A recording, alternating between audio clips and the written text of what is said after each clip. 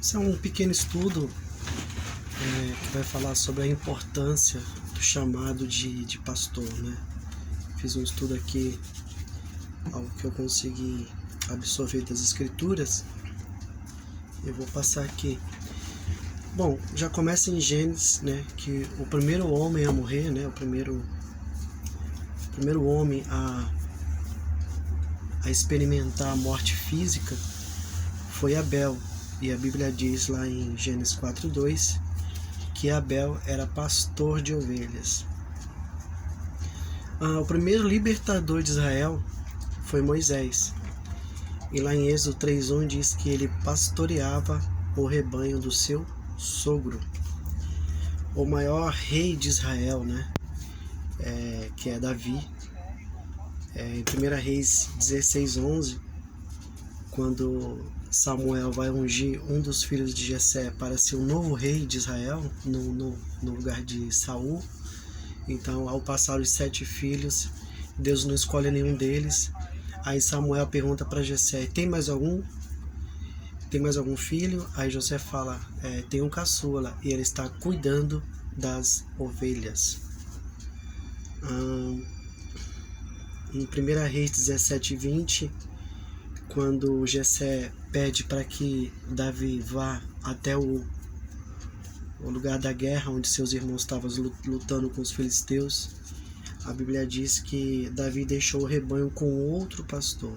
Ele não abandonou o seu rebanho, ele deixou com outro pastor e foi suprir as necessidades dos seus irmãos lá no acampamento israelita, mandado do seu pai Jessé. O maior exemplo de compaixão, perdão e misericórdia logicamente, o nosso Senhor Jesus. Ele é o maior exemplo, né? Mas, humanamente falando,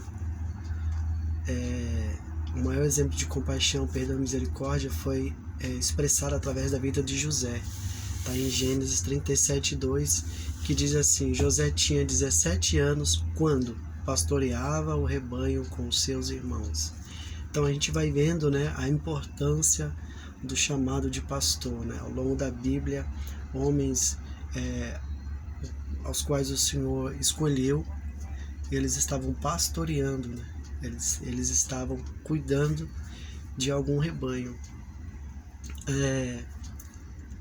Moisés, né? Moisés também, deixa eu ver se eu coloquei aqui, mas Moisés, quando tem um encontro com aquela sarça ardente, o Senhor falando através da sarça ardente, diz ali, eu vou ler aqui em Êxodo, mas diz que ele estava pastoreando, ele estava pastoreando o rebanho do seu sogro Jetro. Davi, quando está tendo uma conversa com Saul e dizendo, né, que iria lutar contra o gigante Golias, ele fala assim: o teu servo cuida do rebanho do seu pai. Ele estava dizendo: eu cuido do rebanho do meu pai, das ovelhas do meu pai.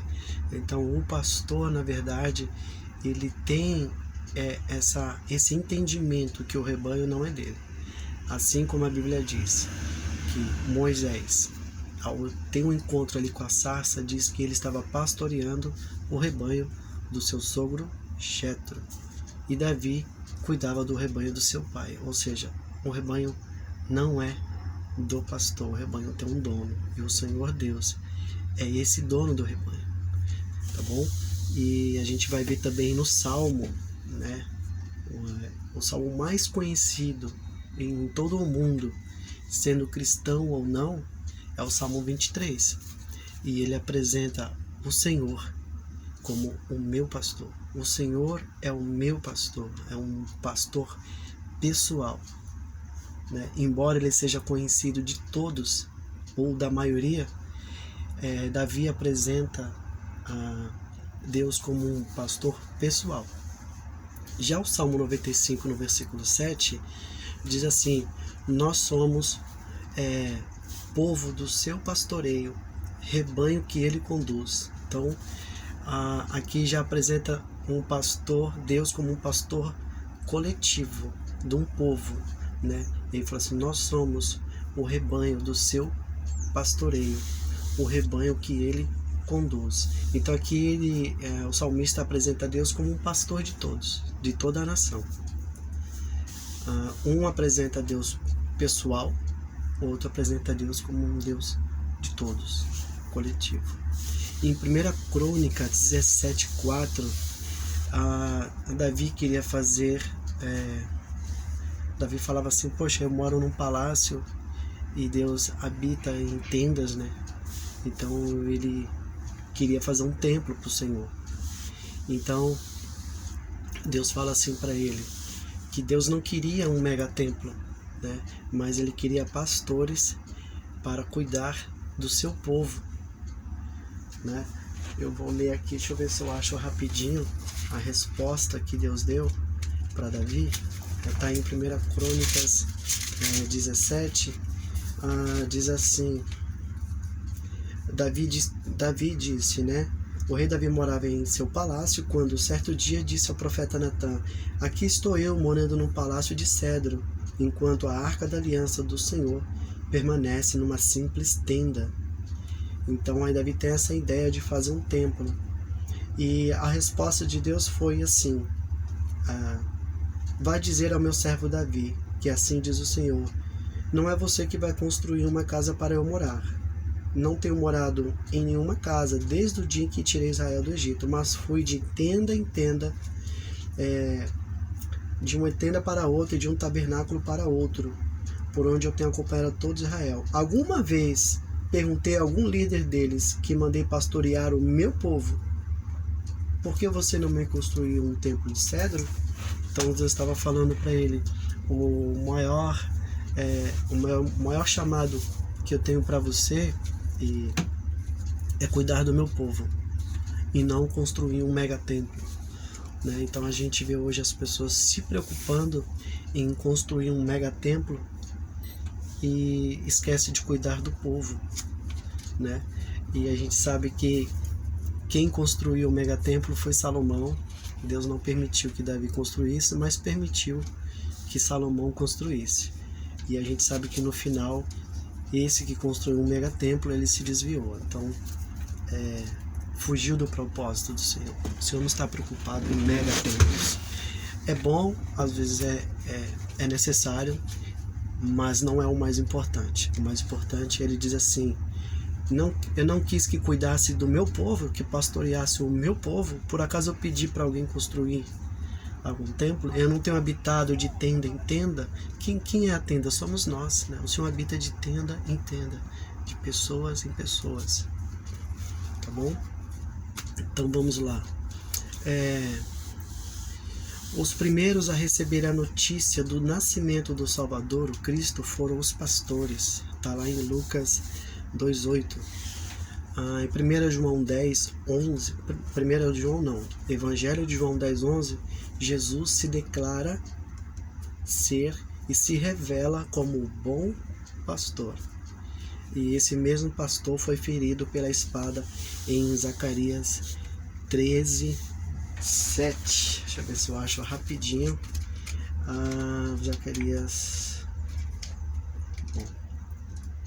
Zacarias 13, no versículo 7 diz assim: levante-se, ó espada, contra o meu pastor, contra o meu companheiro, declara o Senhor dos Exércitos. Fira o pastor, e as ovelhas se dispersarão, e voltarei a minha mão para os pequeninos. Então, esse bom pastor um dia teve que ser ferido na cruz, né? Essa espada fala do juízo de Deus sobre todo o pecado da humanidade que estava em Cristo. Era necessário um morrer por todos, e esse foi Cristo, o bom pastor. A primeira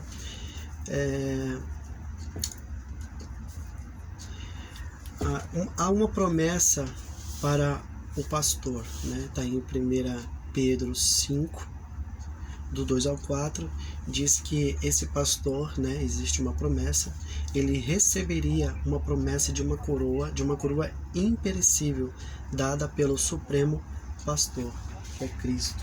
Eu vou ler aqui tá bom? 1 Pedro. 1 Pedro não foi nada assim muito preparado, não. Eu não quero demorar para o vídeo não ficar muito extenso, mas eu vou achar aqui. 1 Pedro 5 diz assim, ó. Portanto, apelo para os presbíteros que há entre vocês, e eu faço na qualidade de presbítero como eles e testemunha do sofrimento de Cristo, como alguém que participará da glória a ser revelada. Aí ele diz assim, ó, pastoreiem o rebanho de Deus que está aos seus cuidados. Olhem por ele, não por obrigação, mas de livre vontade, como Deus quer. Não faça isso por ganância, mas com desejo de servir. Não hajam como dominadores dos que lhe foram confiados, mas como exemplos para o rebanho. Quando se manifestar o Supremo Pastor, vocês receberão a imperecível coroa da glória. Mas tem uns requisitos aqui, ó. Não faça por ignorância, mas com o desejo de servir. Não hajam como dominadores daqueles que lhe foram confiados. Seja exemplo para o rebanho, né? Então, pastoreiem o rebanho de Deus. Mais uma vez fala, pastoreiem o rebanho de Deus que está aos seus cuidados. E assim você receberá a coroa imperecível, a coroa da glória. Essa é uma promessa para aqueles que têm o chamado de pastor. Vamos lá então. O bom pastor, ele dá a vida pelas suas ovelhas, né? Ele conhece as suas ovelhas e elas o conhecem. O pastor entra pela porta, ou seja, há um acesso para ele. As ovelhas ouvem a sua voz. Nunca seguirão um estranho, e sim fugirão dele, tá bom? Então, e diante de tudo isso que está em João 10, né? Que vai falar sobre o bom pastor, que dá vida pelas ovelhas, que elas conhecem a sua voz. Então haverá um só rebanho e um só pastor, tá bom? Que é interessante porque o bom pastor, ele dá a vida pelas ovelhas, tá bom? Não é as ovelhas que tem que dar a vida pelo pastor. Elas o conhecem. O pastor entra pela porta, já falei, é um acesso. As ovelhas ouvem a sua voz. Então, se elas não estão ouvindo a sua voz, então, por assim dizer, talvez não seja a sua ovelha. Elas nunca seguirão o estranho, sim, fugirão dele, tá bom? Mas o pastor, ele tem que ter uma voz que seja reconhecida pelas suas ovelhas, tá bom? Isso é interessante e é importante saber. Precisa conhecer as suas ovelhas. Tá bom? Atos 20, 28 fala assim aos pastores: cuidem-se de vocês mesmos e de todo o rebanho, sobre o qual o Espírito Santo os colocou como bispos, ou seja, como cuidadores, para pastoreardes a igreja de Deus, que ele comprou com seu próprio sangue. Tá? Voltando lá em Zacarias 13:7, Deus comprou com seu próprio sangue, né? Através daquela espada que feriu o pastor lá na cruz. Deus compra para si um povo com seu próprio sangue, o sangue que derramou na cruz. E interessante, fala assim: cuidem de vocês mesmo. Então, antes de cuidar do rebanho, é necessário cuidar de si mesmo, tá bom? Então, o pastor precisa se cuidar para então poder cuidar do rebanho. E ele fala, né? Cuide de si mesmo e de todo o rebanho, sobre o qual o Espírito Santo, né, os colocou como bispo, né? Já diz como cuidadores. Bispo quer dizer cuidadores. No Salmo 28 fala assim: salva o teu povo e abençoa a tua herança. Cuida deles como seu pastor e conduze-os para sempre.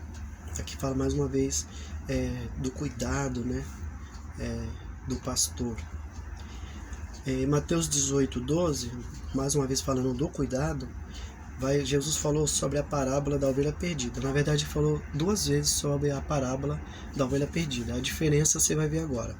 Em Mateus 18:12 vai falar que esse pastor tinha 100 ovelhas, uma se perdeu, e ele deixa as 99 no monte, tá bom? E vai atrás de uma que estava perdida.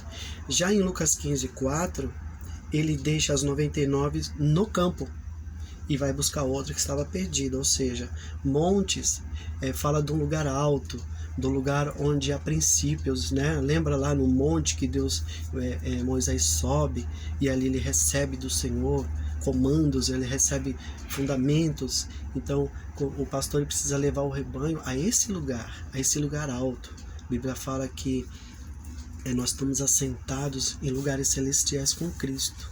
Então o pastor precisa levar a igreja, o seu rebanho, a esse lugar, a um lugar de princípios, valores, fundamentos. Daí então ele pode buscar a outra que está perdida. E aqui o que deixou no campo, porque campo fala de nutrição, né? O Salmo 23 fala que ele me leva a pastos verdejantes, né?